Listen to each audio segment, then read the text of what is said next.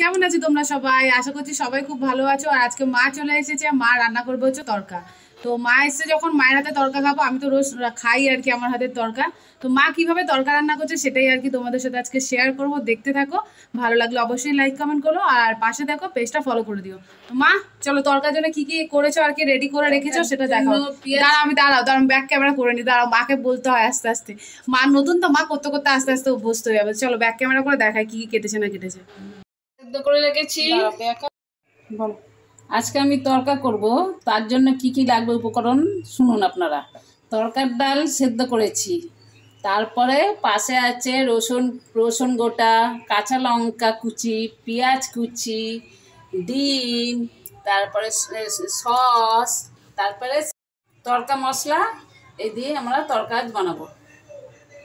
কিছু উপকরণ লাগবে, এবার করতে করতে তোমাদের শোনাবো। তেল দিয়ে দাও।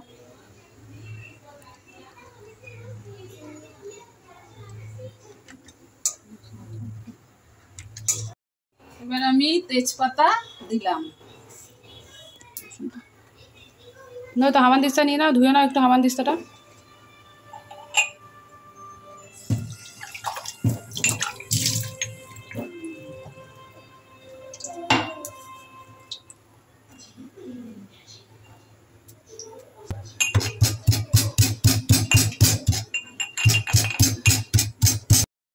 তেলটা গরম হয়ে গেছে, এবার মা এতে পেঁয়াজ আর লঙ্কা কুচি যেটা করে রাখা ছিল সেটা দিয়ে দিল।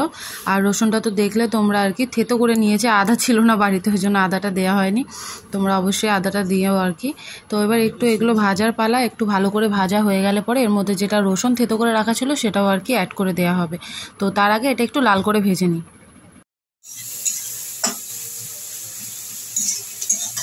বলি এবার আমি এর সঙ্গে রসুন অ্যাড করছি।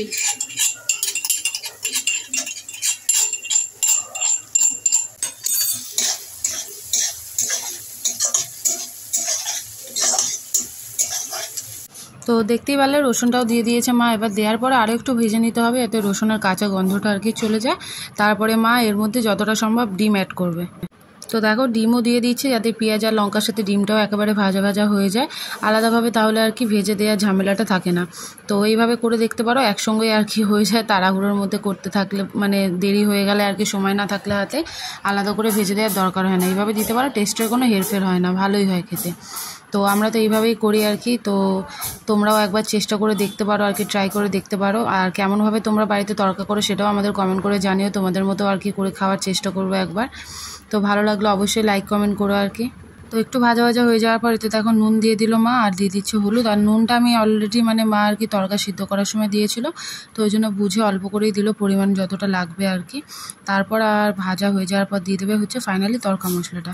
আর এই তরকা মশলাটা দিলে না স্বাদটা খুব সুন্দর আসে, জানো তো, এই সানরাইজের বিশেষ করে। তো ওই জন্য আমার বাড়িতে তরকা হলে আমি সবসময় তরকা মশলাটা দেওয়ার চেষ্টা করি।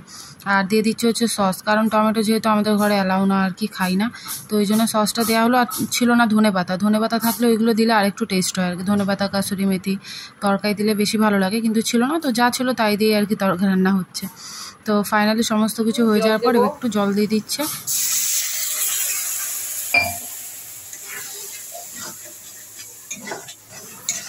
জলটা দেওয়া হলো যাতে মশলাগুলো পুড়ে না যায়, ভালো করে আর কি কষে যায় আর কি। তো জলটা দিয়ে ভালো করে কষার পর লঙ্কা দেবো, শুকনো লঙ্কা গুঁড়োটা দিয়েও ভালো করে আর কি একটু কষিয়ে নেওয়া হবে। তো ঝালটা পুরোপুরি তোমাদের যতটা আর কি ঝাল খাও সেভাবে আর কি দিও, কম বেশি যেরকম আর কি তোমরা পছন্দ করো।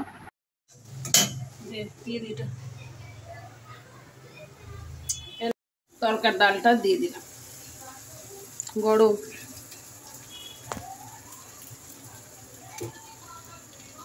ব্যাস আর তো কিছু দেওয়ার নেই, তরকা ডালটা দেওয়া হয়ে গেছে যখন, আর একটুখানি সময় লাগবে এটা মশলাগুলো আর কি ভালো করে মিশে যেতে।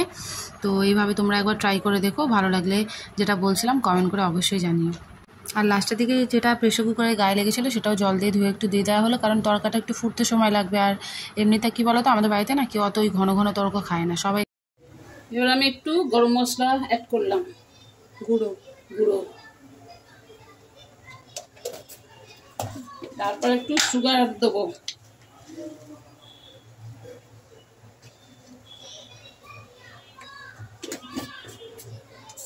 ব্যাস আমার তরকার সব শেষ। এবারে হয়ে গেলে নামিয়ে দেবো।